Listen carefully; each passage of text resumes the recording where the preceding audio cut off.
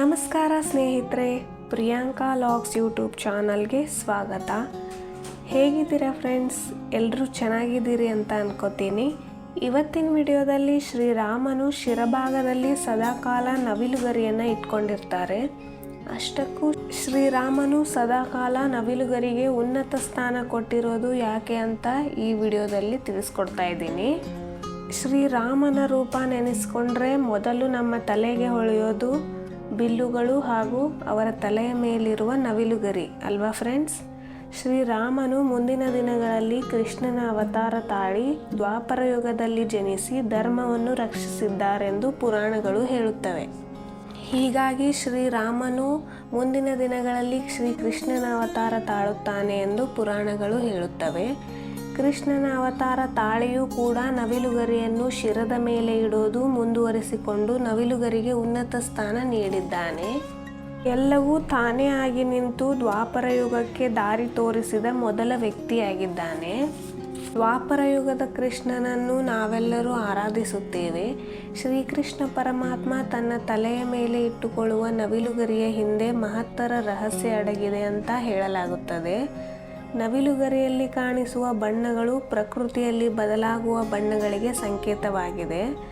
ಲೋಕವಿಡೀ ಆವರಿಸಿರುವ ಆಕಾಶದಲ್ಲಿ ಮುಂಜಾನೆ ತಿಳಿ ಬಣ್ಣ, ಸೂರ್ಯೋದಯದ ಸಮಯದಲ್ಲಿ ಮತ್ತೊಂದು ಬಣ್ಣ, ಸೂರ್ಯಾಸ್ತದ ಸಮಯದಲ್ಲಿ ಇನ್ನೊಂದು ಬಣ್ಣ, ಉರಿಯುವ ಬಿಸಿಲಿನಲ್ಲಿ ಮತ್ತೊಂದು ಬಣ್ಣ, ಹಾಗೆ ರಾತ್ರಿ ಇನ್ನೊಂದು ಬಣ್ಣ. ಆ ಎಲ್ಲ ಬಣ್ಣಗಳನ್ನು ನಾವು ನವಿಲುಗರಿಯಲ್ಲಿ ಕಾಣಬಹುದು. ನವಿಲುಗರಿಯನ್ನು ನೀವು ಗಮನಿಸಿ ನೋಡಿದರೆ ನಿಮಗೆ ಕಾಣಿಸುತ್ತದೆ. ಹಾಗೆ ನವಿಲುಗರಿಯನ್ನು ಕಾಲಕ್ಕೆ ಪ್ರತೀಕವೆಂದು ಕರೆಯುತ್ತಾರೆ. ಶ್ರೀಕೃಷ್ಣ ಮತ್ತು ನವಿಲುಗರಿಯ ಸಂಬಂಧದ ಹಿಂದೆ ಒಂದು ಕತೆ ಇದೆ ಅಂತ ಹೇಳ್ಬೋದು. ಅದೇನೆಂದು ಸಹ ತಿಳಿಯೋಣ. ಒಂದು ದಿನ ಶ್ರೀಕೃಷ್ಣ ಪರಮಾತ್ಮ ಮತ್ತು ತಾಯಿ ಯಶೋದೆ ತಂದೆ ನಂದ ಮಹಾರಾಜರು ತಪೋವನದಲ್ಲಿ ವಿಹಾರಕ್ಕೆ ಹೊರಟ ಸಂದರ್ಭದಲ್ಲಿ ಶ್ರೀಕೃಷ್ಣನಿಗೆ ಬಾಯಾರಿಕೆಯಾಗುತ್ತದೆ. ಆಗ ಶ್ರೀಕೃಷ್ಣನು ಈ ತಪೋವನದಲ್ಲಿ ಎಲ್ಲಿ ನೋಡಿದರೂ ನೀರಿನ ಕೊಳ ಕಾಣಿಸಲಿಲ್ಲ. ಆಗ ಅಲ್ಲಿ ಒಂದು ಸುಂದರವಾದ ನವಿಲು ಶ್ರೀಕೃಷ್ಣನ ಮುಂದೆ ಪ್ರತ್ಯಕ್ಷವಾಗುತ್ತದೆ.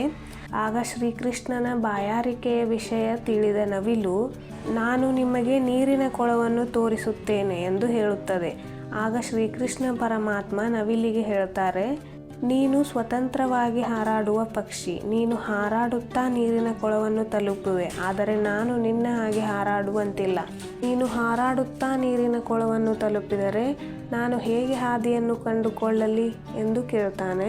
ಆಗ ನವಿಲು ಒಂದು ಉಪಾಯ ಮಾಡುತ್ತೆ. ನಾನು ನೀರಿನ ಕೊಳವನ್ನು ತಲುಪುತ್ತಾ ದಾರಿಯಲ್ಲಿ ನನ್ನ ಒಂದೊಂದೇ ಗರಿಗಳನ್ನು ಹಾಕುತ್ತಾ ಹೋಗಿರುತ್ತೇನೆ. ನೀವು ಅದರ ನೆರವಿನಿಂದ ನೀರಿನ ಕೊಳವನ್ನು ತಲುಪಿರಿ ಎಂದು ಹೇಳಿ ಹಾರಿತು.